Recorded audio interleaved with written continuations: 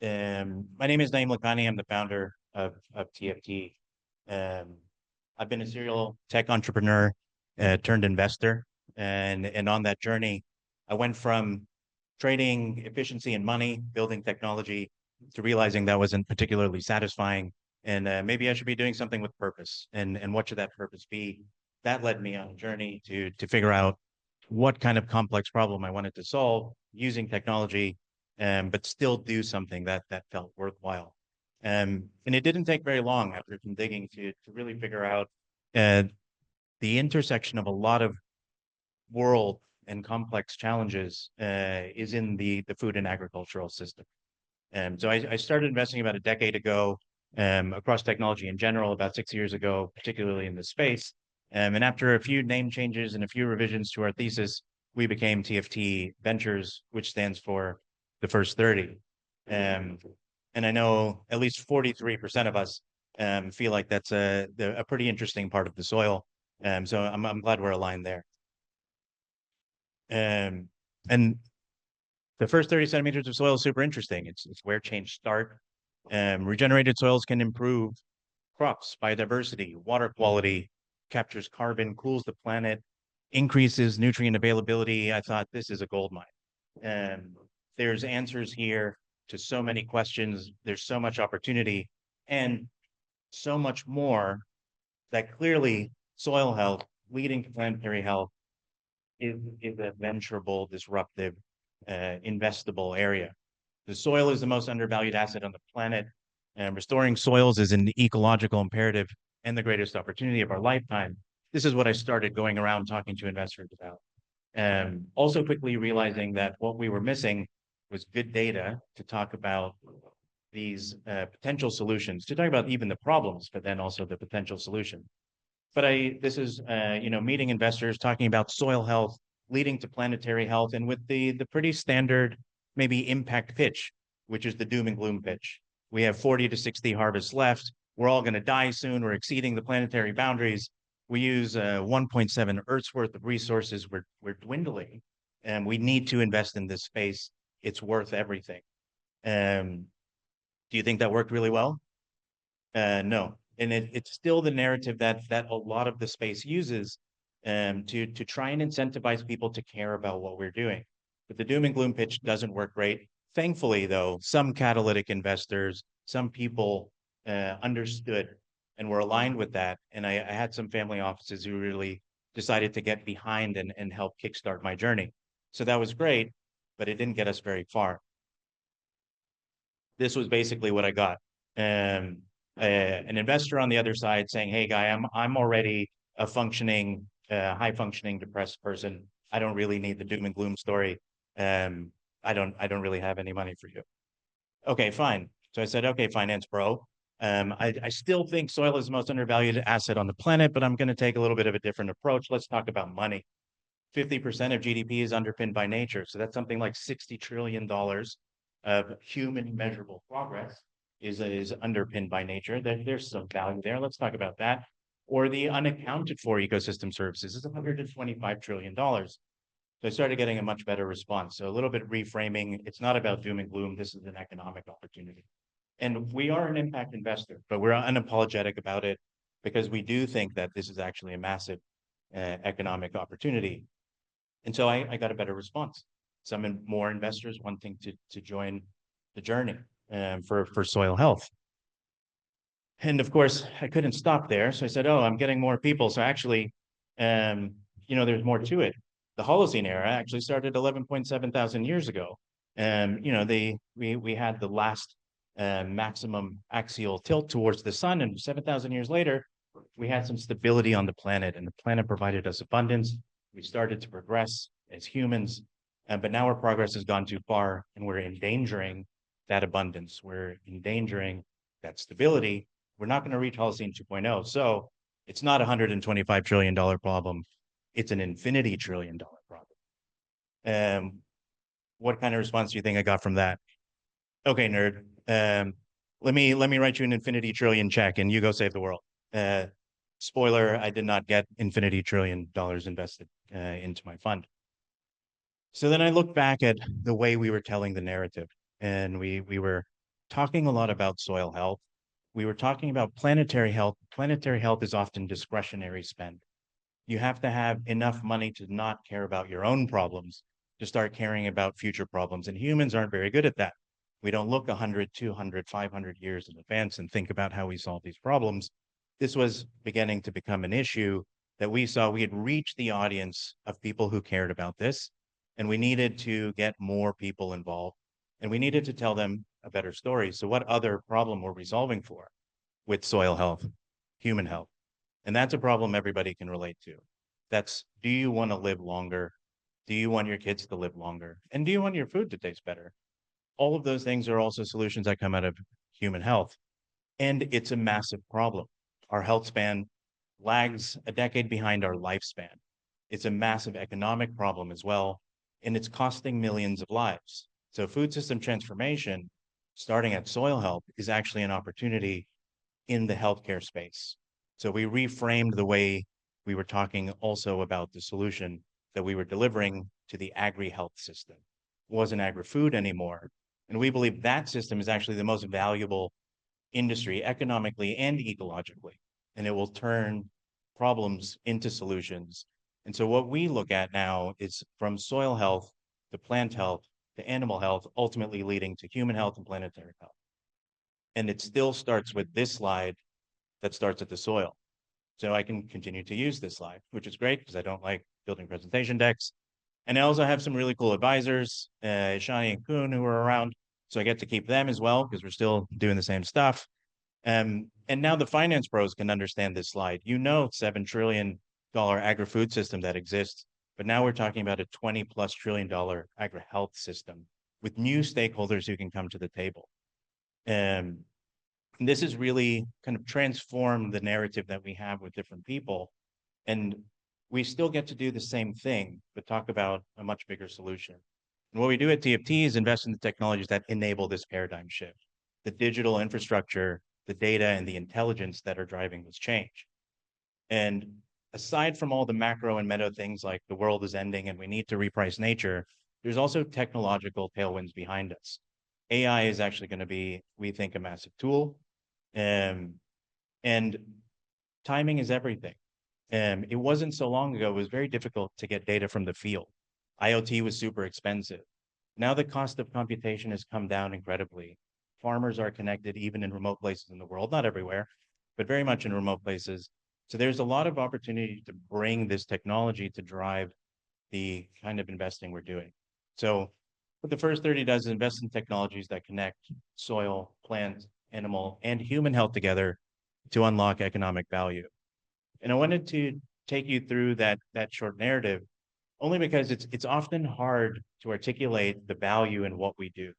And I wanted everybody here to also recognize that you're working on not only the most important thing on the planet, potentially, but also the most valuable thing on the planet. And making these technologies more affordable, more accessible, and also farmer-led ultimately is what is going to help drive the transition. And that's what the panel is going to be about. And so I'll leave it there on TFT. We'll come talk to the esteemed panel who are going to do their intros again, as I mentioned. But yeah, why don't we, you want to start there? Do we need the other mics? Yeah, okay.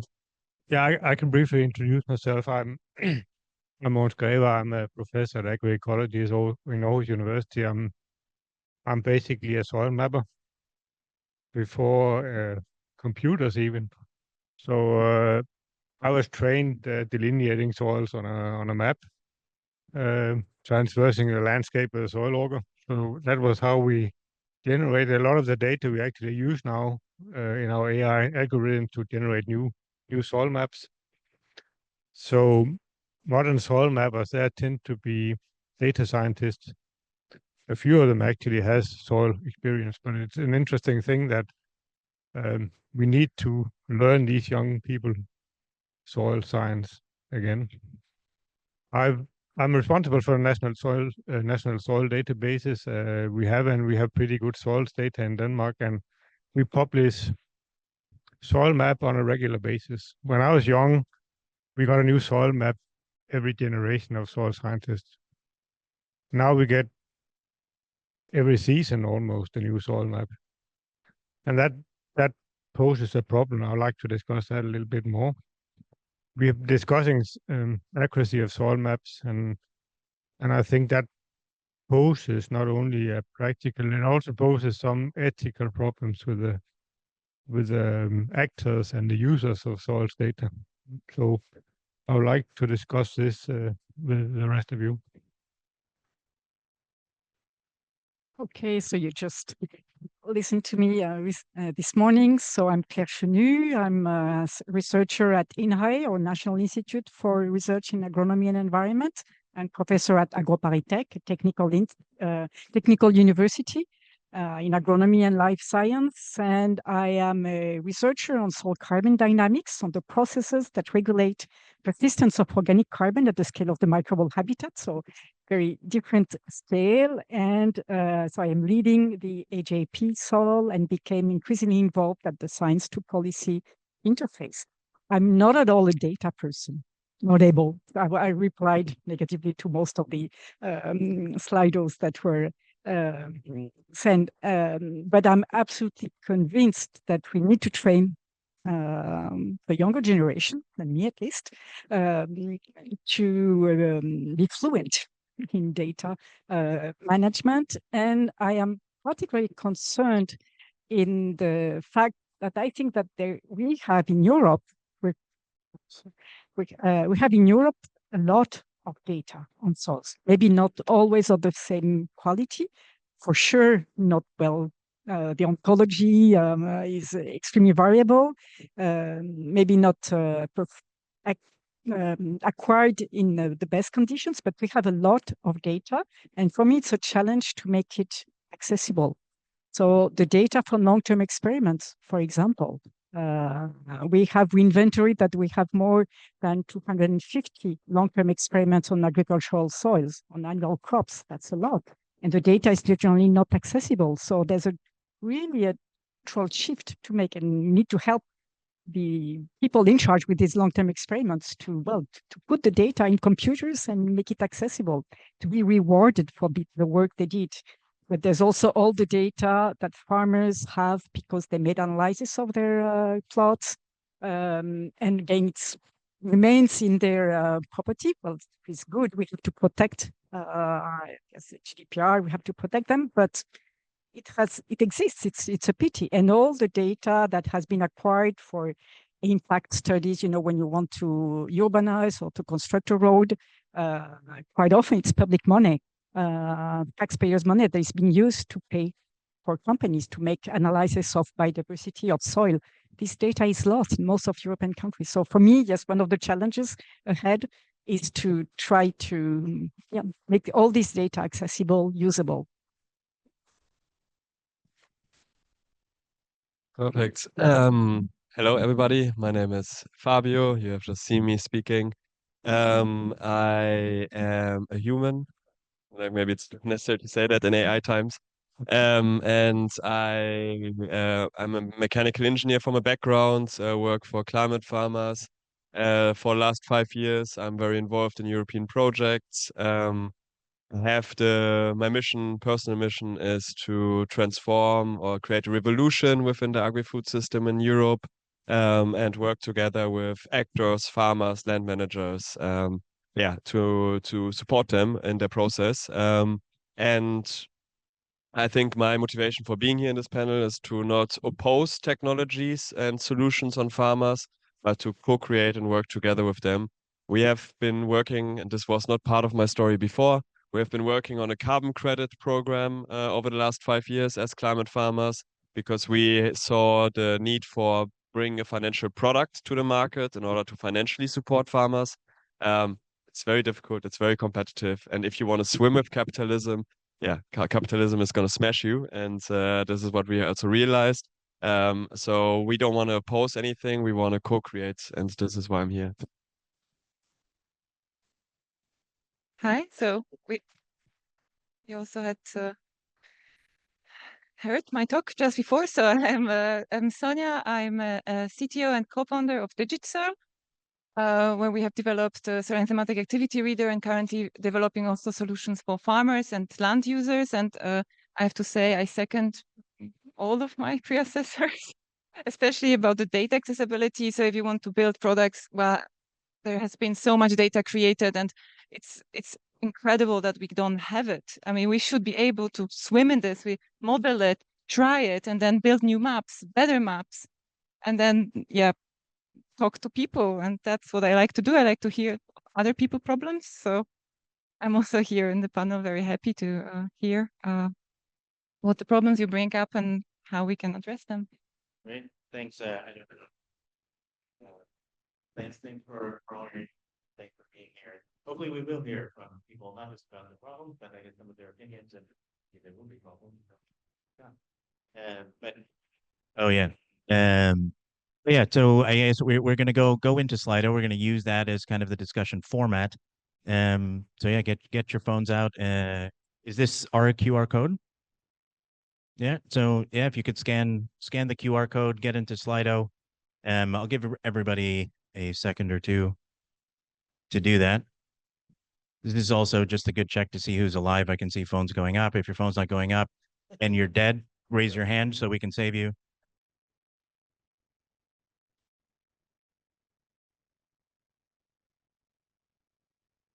Oh, that is quite small. Can you make it bigger? Oh yeah. Well, yeah, I know that, but I don't turn on the whole time. So yeah, I mean, let's start with a basic question. Who's done what? Which of these soil tools have you used or considered using? Select all that apply.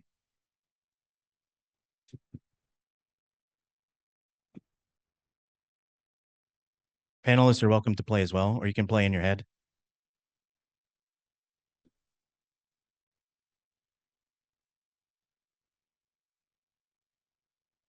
Yeah, very cool. So a lot of usage of different things, but I mean, Fabio, you have some experience with these tools or some of them.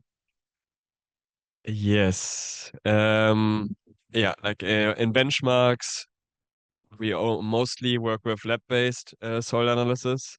So it's a research project. It's there to make soil testing accessible for farmers, but we just do a very high, expensive, complicated lab-based soil analysis, which no farmer can do. But this is mostly what we do in benchmarks.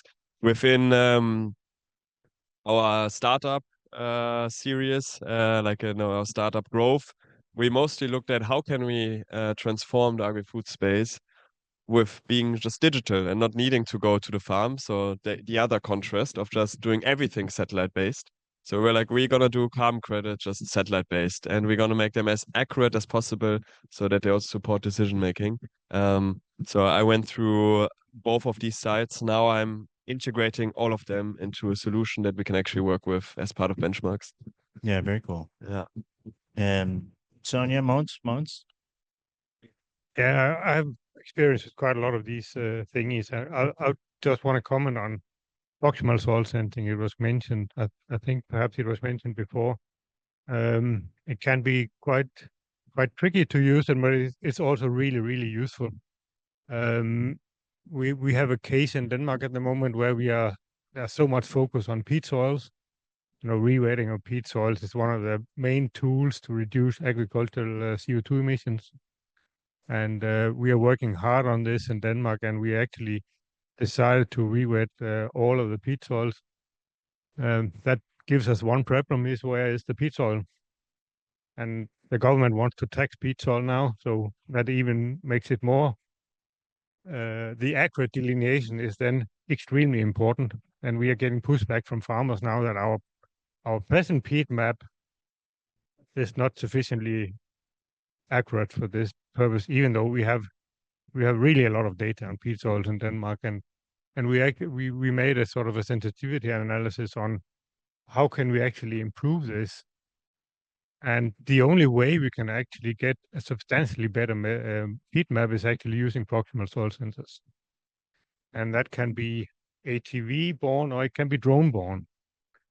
Both of them is actually really good, and accurate gamma sensing seems to be one of the really useful way forward. And I think Ishani mentioned, how can we incorporate detailed information into global machine learning models? And I think that's a very good question. And we have a project just granted to us where we will look into that.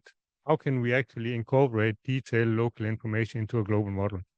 And that's a problem at the moment. I don't think we have the tools for that, but it's interesting times. There will be a question coming up where you're allowed to make a wish. So Okay. that can be yours if it happens to be. I did want to just ask a follow-up on the lab-based analysis. There's a turnaround time there, and the part of the context of the panel is farmer-led or farmer-focused. What's the interaction between waiting for results and waiting for an answer for a farmer versus something that can give them an answer immediately? Have you had experience with that, and how do they feel about that time lag? Would you have an answer? Okay. So what I would say, my experience is maybe it's not the time lag that is a problem, it's the interpretation of the result of the data, context-specific interpretation that caused, yes, difficulties in the dialogue. That was... Yeah, like I think there's a big time delay in like for what we have now. We're still waiting for data from last year, so like it's not analyzed. But it's also the complexity. Like we have biological analyzed in Austria, we have physical analyzed in Spain, we have chemical analyzed somewhere else. So like there's a lot of complexity in measuring all of that. And this is where like can't we just have tools that make it accessible also for the general public or for general farmer to test their soils? And this is what we need to explore now. So I think also to the question before, it depends on the context, which tool we want to use, and also your needs and objectives, as you have said before. Yeah, thanks. Sonia, you had something to say? You want to add something? Well, you covered it. Well, it depends. It always depends. But from my experience, it seems that there are some obligatory soil duties, soil measurement duties in some countries that you have to, as a farmer, check it. And then that could be useful for the farmer, but it is just for reporting purposes. So rather than say, okay, they wait for it, but it's anyway not used because there is not in the context, and it's wait long. So you cannot use it really, but it's also a bit of the, I'd say the motivation is not from the farmer. It's the motivation is of the policymakers to make sure that they follow the law. So maybe that's also a bit of a turn off on the soil measurement. But from our experience, like if you go and you measure, people always want to know now, because if you're a farmer, you see it's raining or not raining, and then I have to do something. So you have to make decisions fast.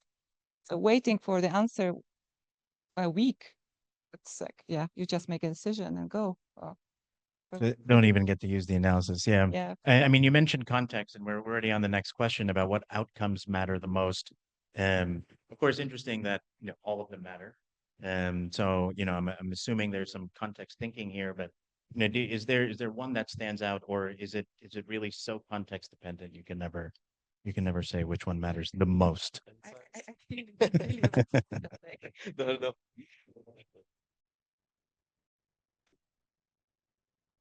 Well, but in the context of these,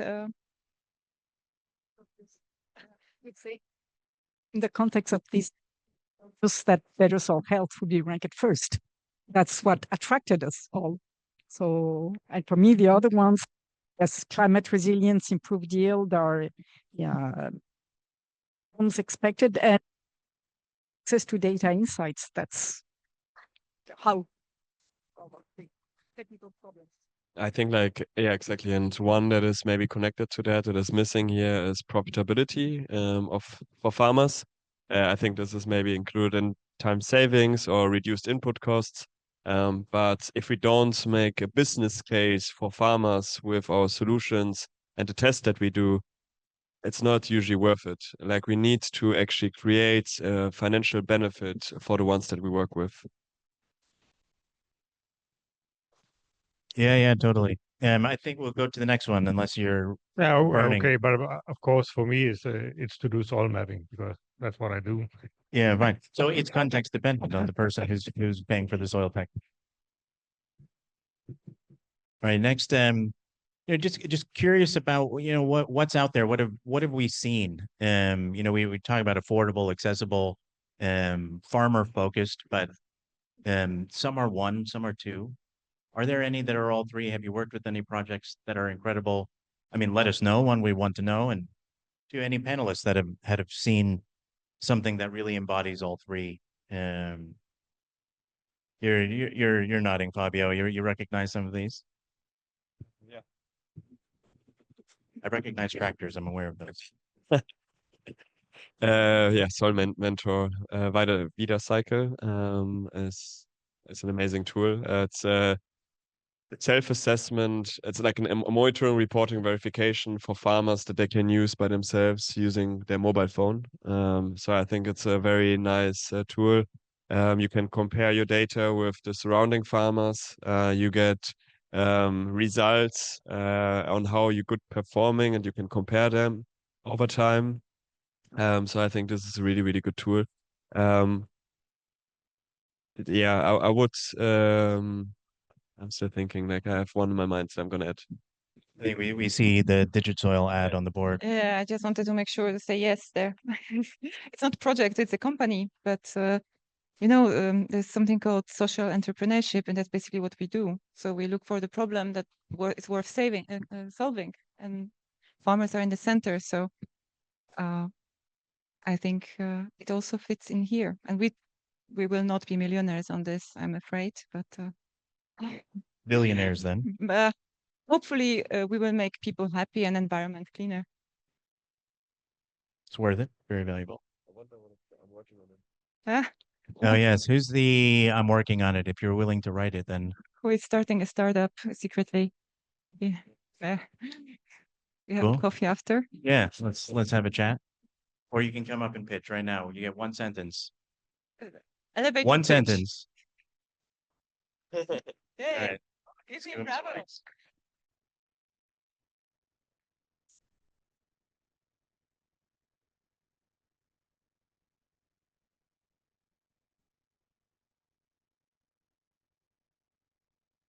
You're welcome. So actually, one sentence. That's your one sentence. I'm sorry. Congratulations. So farmers are the best sensors we have on the field. And Intriguing. All right. All right, let's move on. I think it's really interesting comment. We were visiting a regenerative farmers this spring in my research group, and we asked how do you know when your soil is healthy? And the farmers he just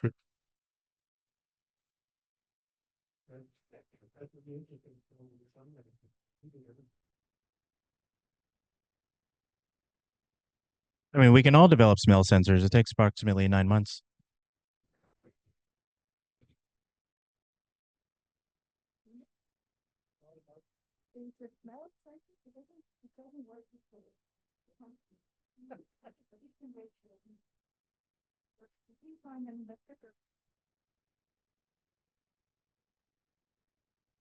Always keep doing this. Well, but if there is an investor in the room, we can make it work for the soil. And made me think, well, thank you for your sharing your idea. Made me think of one study we just did in France in the framework of the HAP SOL, is that we made farmers consultations only, about 1,200 farmers in France, and asking them about their perception of soil threats in their area, immediate area. And we compared the results to those from the scientific literature and the maps from our monitoring system. And there are a number of discrepancies. I remember for erosion, there are areas where they think there is erosion and where the data says no. And what was most interesting for me in this was the discussion we had, and concluded that we cannot say that the scientific data is the reference. That maybe depend, because the one who can observe movements in his plot of soil is a much better tracker than any model on soil erosion. Yeah, my comment on that would only be it's a collaboration Yes, for between sure, the but both. there's And no internally, like at Yeah. TFT, we have an AI squared framework, and that's artificial intelligence as it meets ancient intelligence, which is the planet's 4.5 billion years of R&D, and farmers and people who have worked the land for a very long time, in the intersection of those. Yeah, when we started this study, we considered, we expressed that the reference would be scientific data. No, we can't say that. Wasn't the case. There's no reference. So, I mean, we, in the last question, we saw some projects that embody these things, but we know all farmers don't use them. So that's the nature of the source of this question. How do we actually get this out to the farmers? And, you know, I see trust is a big one, but you can't, trust is not going to deliver the product. It will help you sell the product, but how do we actually reach the farmer in the first place? You know, what's your experience been there, Fabio? Yes, I see it also written down in small there. Start with them, and there's, I think, somewhere else, talk them, not about them. And I think this is also the sense of my talk before. Don't see farmers only as the implementers, but rather as the co-creators of solutions. Now we have the soil monitoring directive. It's obligatory then to do lab analysis and doing things, but let's create value with these things, not like make them compulsory. And this is what I would say here is like, if we want to best reach farmers with tech and tooling, start with them, co-create with them, and give them ownership. Don't take ownership of these tools and the data. Let the ownership also belong to the farmers. Yeah, interesting. Good point. Yeah, just in the interest of time, I think we keep going. But this one will be for you, Sonia. But top barriers to adopting soil technologies. Now, it's come up on this panel, and we had a brief chat previously. Interpretation can be a big issue. Yes, of course. It's complicated. I mean, look how many years everybody needs to study to understand any from soil. So if you drop stuff at people that have never had a chance even to, or time to even study this, how do they do? But, and also the fact that there's just all this data that is around there, it's not being integrated, not being used. So they can put this data in a context. I will keep saying this is the most frustrating thing. And of course, that it's not there, but I would say also that one, like you say, that we should work with them.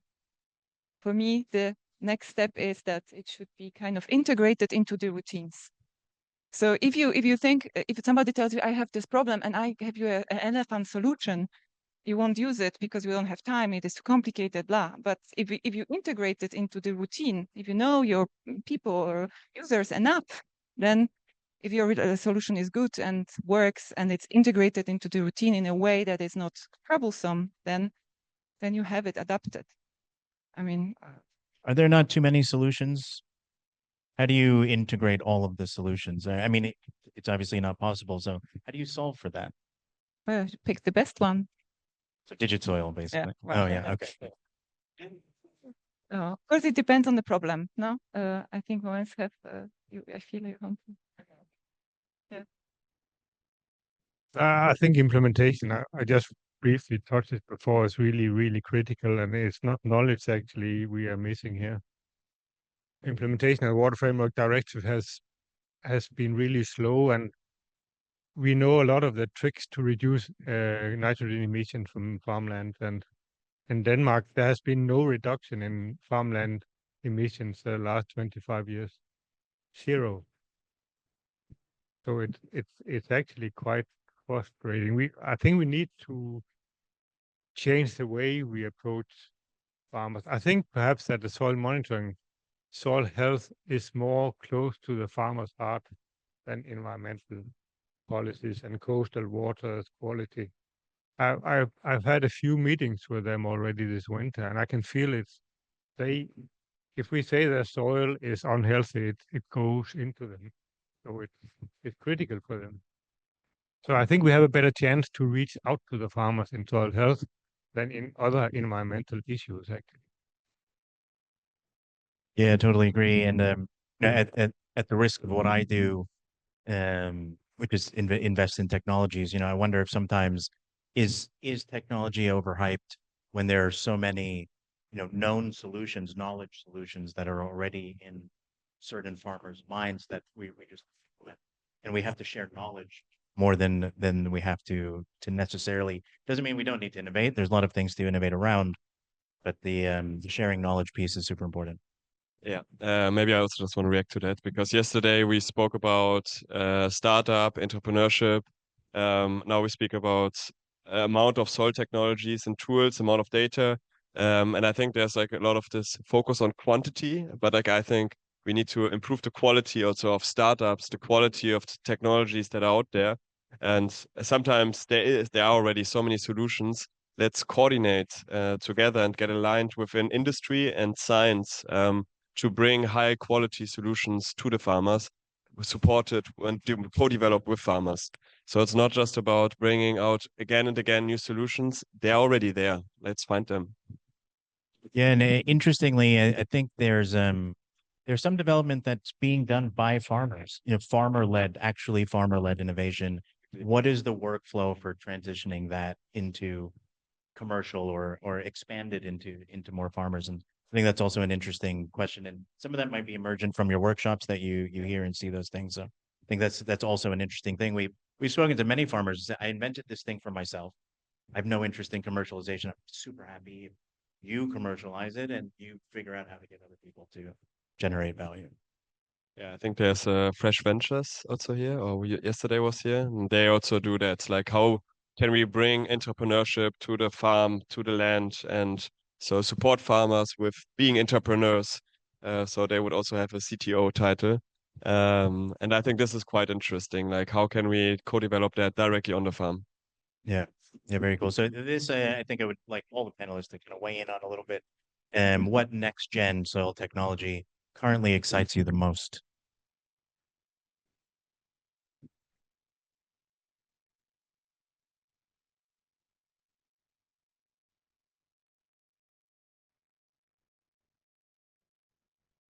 Yeah, absolutely.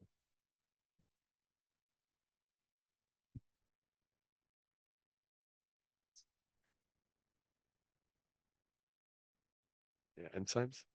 Well, I will not repeat myself for what I do, but um, they are sensors that you can they say in situ sensors, but I would say like online sensors that would monitor the nutrient fluxes.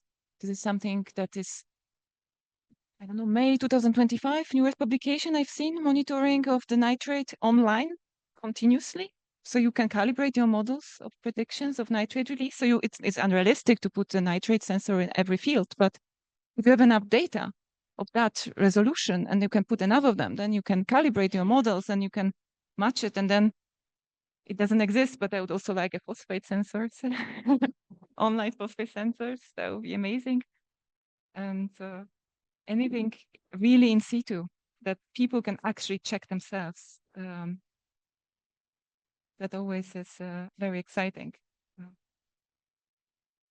I'll just mention one, not affordable or accessible or farmer focused at the moment. But it might be human focused and potentially plant focused. But their plants emit and receive electrical signals based on the environmental cues they receive. And there have been some work on putting micro electrodes on the roots of plants and also measuring the chemical interaction between the soil and roots, and then putting an LLM on top of that and seeing if there's a language there. And it turns out there is, as we know, because they are responding to a stimulus. And you can send similar signal back to the plant. So you can say, there's a pest or there's a stressor here, and the plant will act as if there is, even though there isn't. So talking to plants, I'm pretty excited about. Potentially ethical. I don't know who should be allowed to talk to the trees, and who should be able to listen to the trees. Well, maybe all of us should listen to the trees, but I think it's pretty cool anyway. So I thought I'd mention that. Yeah, like I think satellite data I find very exciting and also very accessible for farmers. So hyperspectral or optical data. So I've seen a lot over the years, and I think the future is going to be very, very nice using satellite data. Something that's not a next gen soil technology, but I think indigenous wisdom should be also appreciated for. And it's coming back that we can actually learn from what has been there already. We don't need to have roboters on the farm is also nice. I think an integration of robotas and indigenous wisdom can be sweet. But we should not forget the knowledge that is already out there. Absolutely. I was thinking, I'm sorry, of something that is low technology, previous generation technology, that is observation of the soil, visual observation, visual soil structure in France.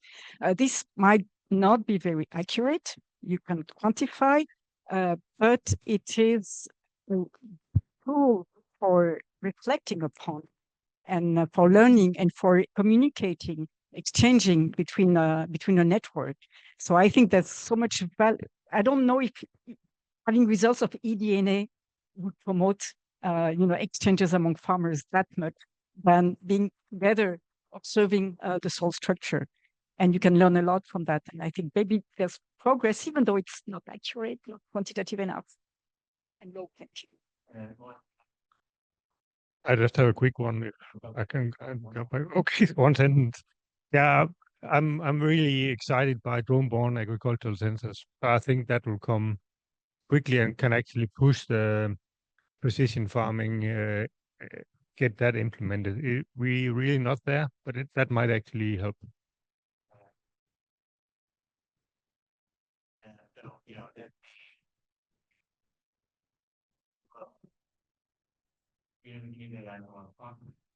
But there's a lot of chatting behind the LLM, things like that. Huge for farmers.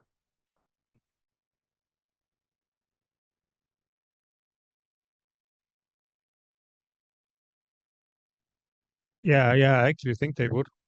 But of course, it's a matter of communication from the guys who actually implement the AI technology on carbon and nitrogen release models or whatever it is. But that will be, it's already there all over. We're using it constantly. That's a cornerstone in Tom's pan-European mapping, of course, and also in all our mapping activities, but also the development of models, which actually carbon modeling, turnover models. It's an integrated part now where we're moving into data-driven models. We also have a sort of a few talks here in that it might not be sufficient only with data-driven model. We need to put in knowledge here to get the prediction to the next level. So that's also how can we integrate human knowledge to our data-driven model. I think that will be very important, and we are on the way there already. Excellent. Claire, your opinion on this. I mean, policy is a people-driven process. You mentioned it. It's relationships. Can AI play a massive role there, or does somebody need to interpret that and then go shake hands and sit in a fancy or not fancy office? Well, I think in integrating the blockchain with different systems, different methods at different spatial scales, I'm sure AI can do a lot, and so helps build maps and vision of and also I would say simply to get access to the information and synthesize the available information. What I understood, I was last June, we had a meeting with policymakers and we were presenting policy briefs, 4 pages, and they also, oh, it's too long. We cannot read that. So yeah, maybe AI. Sure. Maybe. Fabio, a quick thought, and then we'll move to the next one. Yeah, I would not trust AI only. I think we should see AI as an assistant and use it as an assistant, a human assistant, not a human replacement. But it's great. Like I think it has very nice features and can support us in better understanding soils. Yeah. Great. Okay, let's go next one. Digital soil tools are designed with farmers' needs at the center. I guess that's going to be you, Fabio. I'm sure you have an opinion on this, but let's see what the. Yeah, let's wait. What do people say? So 1 is strongly disagree, 5 is strongly agree.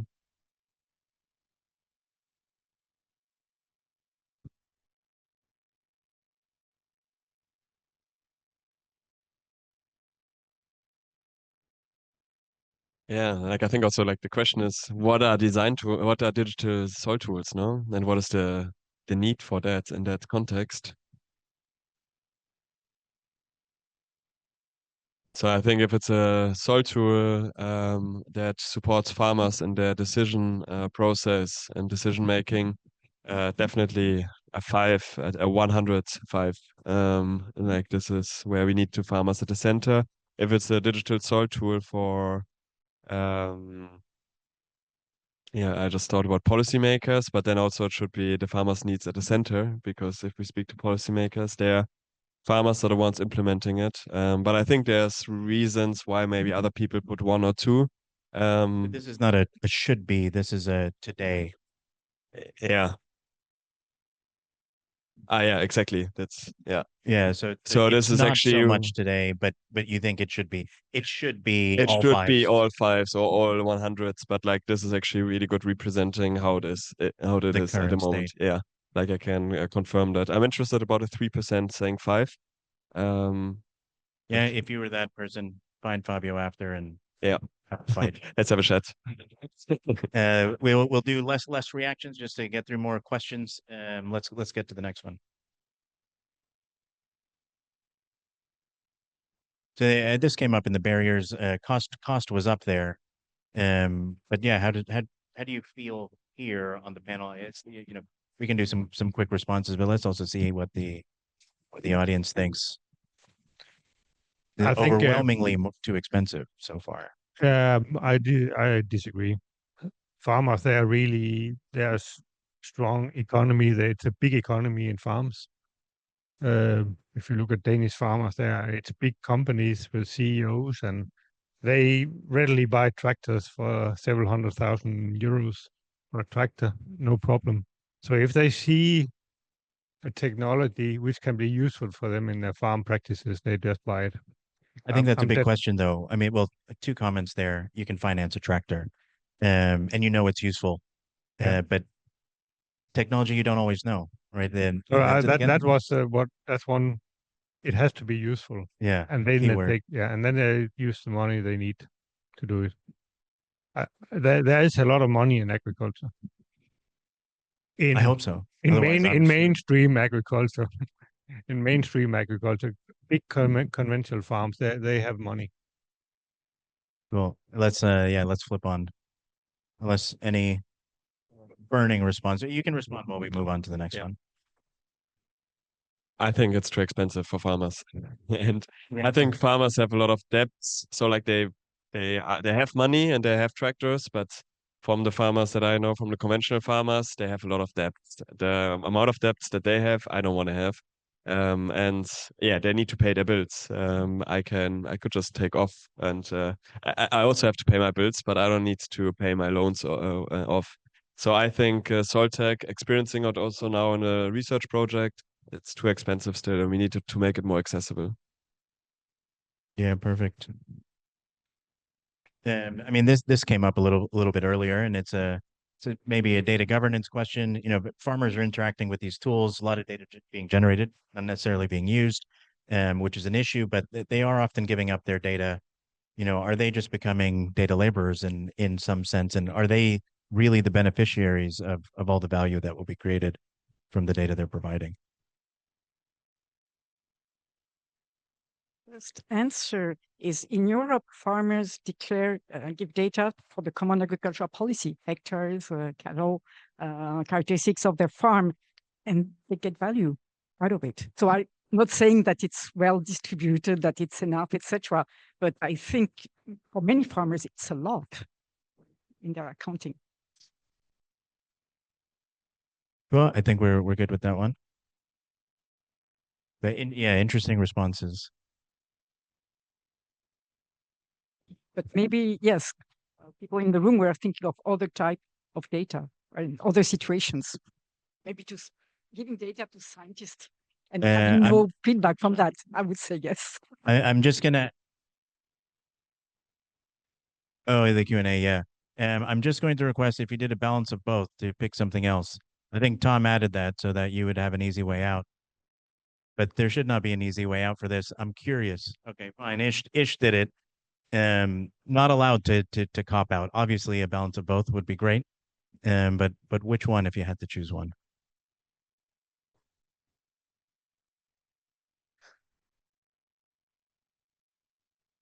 some holdouts that refuse to follow instructions.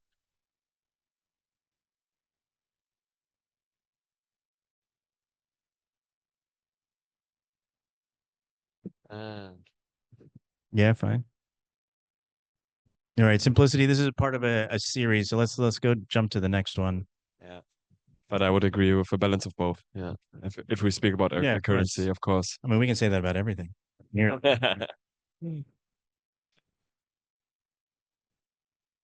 So there was a lot of simplicity for the ones that answered, at least versus precision.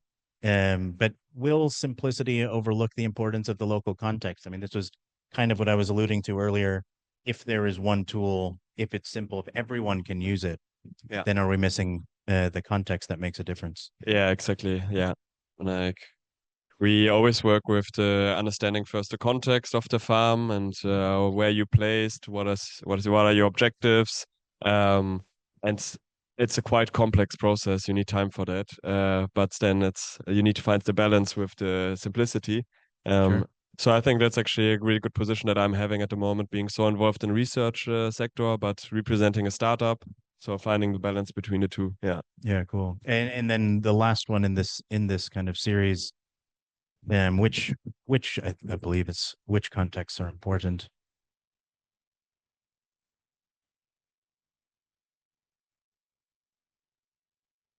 We need, yeah, the next question, please.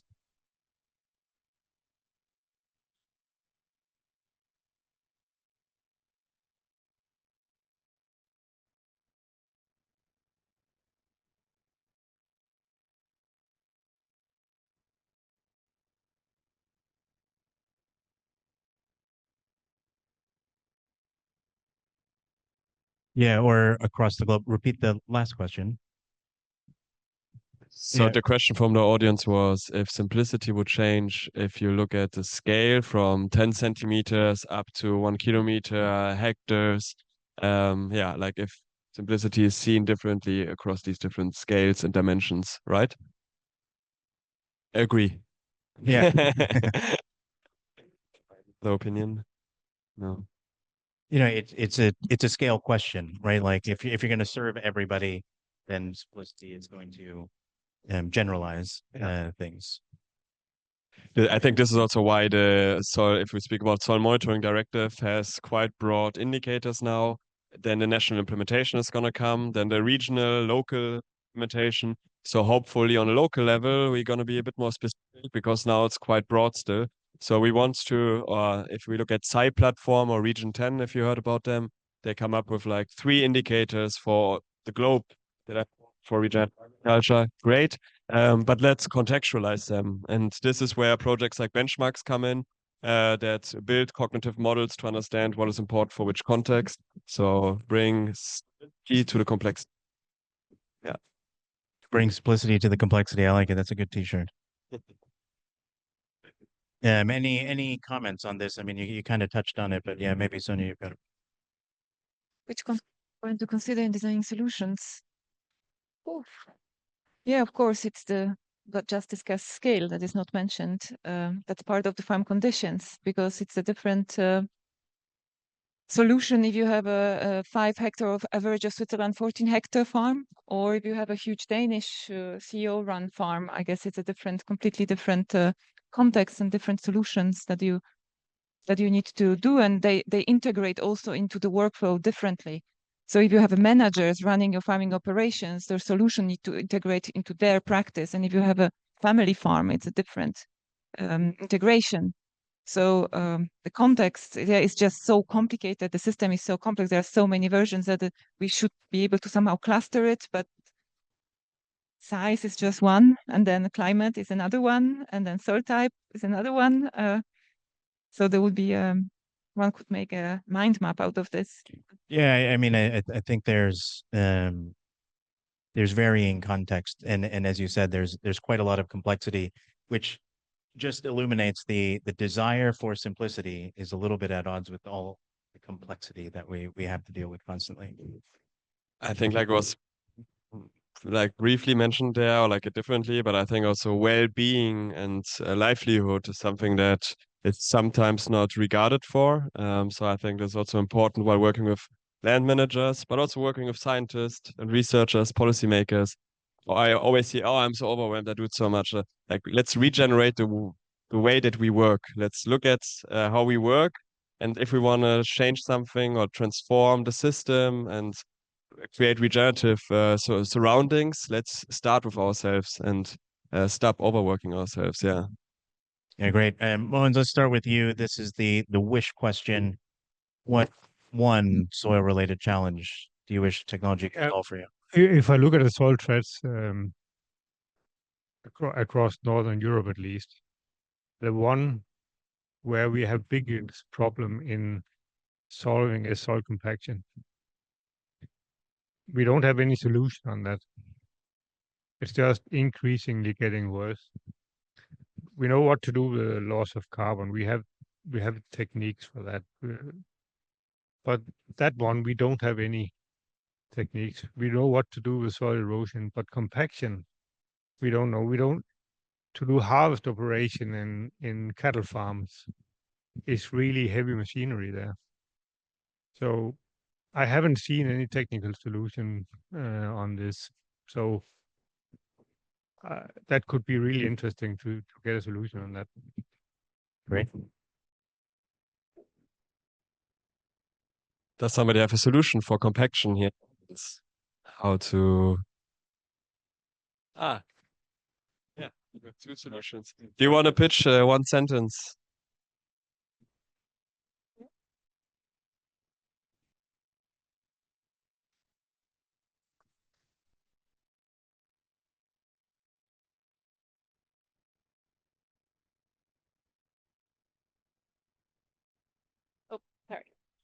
There is some very large machinery from arid environments, particularly Australia, in how we deal with hard pans and heavily compacted soils at depth.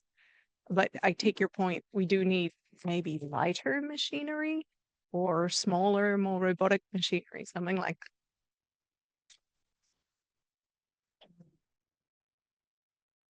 that.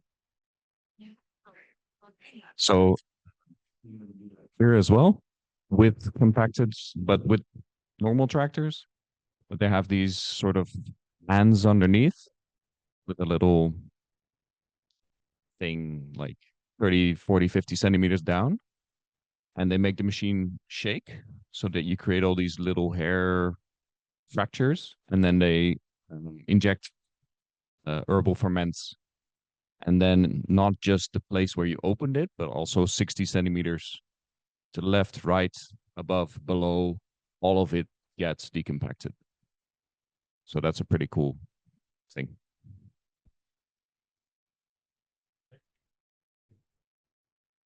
Thanks, Bart. Mogens, a quick one from you, and then we'll go to Q&A. We have really bad experience with losing soil. It just even compacts the soil even more. So I will not recommend losing the soil mechanically. It's really just accelerate the compaction in the soil. So I don't know. There might be a solution. We don't know, but our experience is that it actually accelerates compaction if you do mechanical losing. So we need to get into small machineries or different agricultural system. I don't know, but these large intensive agricultural systems, they are challenged by this. Intensive is the challenge, because there is a technology called horses that did pretty well for some amount of time. I think Fabio gave the answer to this, or did essentially a whole talk on this particular question. So I mean, we'll let this one finish. You can make a comment if you like, or you can reference people to the previous video, and we'll go to Q&A from here. Are there questions? Oh yeah, okay, fine. Yeah, so maybe go just to for it. comment, like I would say, as my talk was about farmer-led transformation, land managers or farmers should be in the driving seat, but also a collaborative governance model can make sense. So I think it depends also on the context and the agenda that we want to set. So I would go here actually also for a collaborative governance model. And I have presented in benchmarks that we did multi-stakeholder processes. It's also a buzzword within that scene. So also design your engagement to the context. Sometimes it makes sense to only have consumers. Sometimes it makes sense to only have researchers. sometimes, or a lot of times, it makes sense to have farmers only on the table. But I'm a big fan of collaborative governance models. Brilliant. Let's go to the last one, which I think is a Claire, or maybe Claire can weigh in on it first. Other people may have a thought, but should soil tech be subsidized by the government?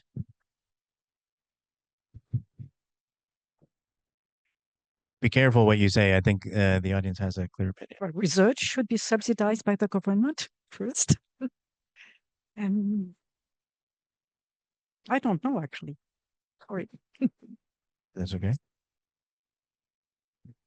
I think it's an integrated part of the Soil Horizon program that we actually involve companies, and it's also in all the national funding, at least the Danish ones. There are farm involvement in research is, business involvement in research is actually crucial to get money. So it is an integrated part of the research. I want to have a take on it. Yes, soil tech. So if we expect farmers to improve and do better, so we put the pressure on pressure. So maybe we don't have to also ask government for it, but we ask other participants of our market to help the farmers to actually use the tech. So everybody can be having better quality of food, or have less water used, or have less pollution. So is there an interest of water treating facilities that there is less leaching of nitrogen? Is there interest in consumers to have a high nutrient density foods? Is there interest of the health insurance to have people eating better foods sourced locally? Is there interest in the energy spending to have less transportation costs? So it's not only government. So I think there is a whole big area to explore on who actually could bring the technologies that farmers could use that would help them to actually do what we want them to do. So we want them to do better, but we also want them to be happy. So there is it's a big challenge. It's not only governments. It's not only responsibility of the governments. It's everybody needs to eat, no? 100%. There are far more stakeholders to the food system than are contributing to it. And this is part of what the data can potentially unlock. Is who else is proximate, direct or also indirect stakeholder to the food system, because there's a lot of people and a lot of organizations with a lot of money, they don't currently contribute to the food system. Too many people. Indeed. All right, let's jump into some Q&A. Are these okay? Yeah, we've got 5 questions. I guess we'll just take it from the top, and whoever wants to jump in, jump in. How to make soil data collected through public money effectively accessible and open for development of future soil health solutions. I think we have the perfect respondent to this question. Yes. I think we need to find where it is first, and then convince the data holders that they're not going to lose anything. So if it's farmers and the analysis they made in their farm on their soils, it's ensuring them that the use of the data will not allow to pinpoint at them, oh, you have done bad. So to protect their privacy. And if it's companies, maybe, because also companies have data, maybe, yes, convincing them that there will not be in bad position towards their competitors if they release some of their data. So I think there's a lot of maybe per sector to think of, okay, what will this category of stakeholder gain, or at least not lose if they accept to release their data. Great. I think public money is needed for that. Anyone else? No, we can jump to the next one. Yeah. So assuming new EU soil health law, EU Green Deal, etc., what is the approximate market size in 2026 for soil health monitoring? Any ideas? Absolutely no idea of the market size, but I think it would have an influence on companies performing soil analysis. And yes, again, the soil monitoring law, it's countries monitoring the state of their soils. It does not concern farmers directly, but I hope that there will be a gain in interest in what is soil health, and it will spread to non-managers' interest. But that's I should know the market size, but I don't know. Yeah, like I'm very curious. So if somebody knows, please approach me. Let's have lunch together. I think that's a really good question, and I think yeah, we should really focus on the opportunities that are on the horizon there. Yeah. I would just say it's come up before, usefulness. I think that the knowledge of the usefulness has to spread for the market to grow. I can tell you currently the market for just MRV in general is not massive. It's 8 figures, and we all expect it to be 10, 11, 12. Like this should be done by everybody, and we all it's coming. I don't know how long we've been saying that for, and we do expect that to happen. But there's a big knowledge usefulness gap, to really I think make that question meaningful. All right, moving on. It's not clear from this conference if EU farmers are part of the problem or part of the solution to increasing soil health. Any thoughts? I think that farming systems are part of the problem now, and we will not get to any solution if farmers are not involved, because Who's it's gonna their do it? livelihood. So they are the solutions lies with them, not alone, but Yeah, I totally agree. But we also get a lot of pushbacks from farmers when we try to change things. So it's a quite conservative business. So But they're going to listen to AI to manage their soil. they will, yes. Yeah. Shouldn't we invest most in research that proves the link between human health and soil health, as it seems the key to unlock customer demand and $20 trillion market? I'm just going to go with yes. But I think it is. I mean, this has always been, at least from my experience, the challenge in approaching this from an impact perspective, and talking about long-term things that people just don't really feel. But the healthcare market, and even from a VC perspective, in every downturn, healthcare has always been the one investable space that has at least been flat, if not been positive, because people care about living longer and they care about their kids living longer, and that's just very visceral. And if you can communicate that to different organizations, governments, policymakers, corporations, because they also benefit from selling a product that ultimately is helping people live longer. I mean, this conversation comes up in labels as well. Why doesn't organic work? 2 to 4% of the market. Other labels that have come to the market, why don't those work? Well, if I promise you, if the label said -1 minute of life or +6 minutes of life, the labels would work. And then this market would be way more than 20 trillion. So yeah, I mean, I think that's where we should invest.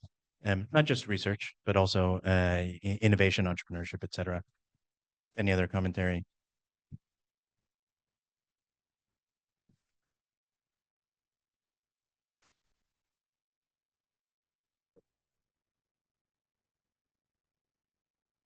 It looks like we're done.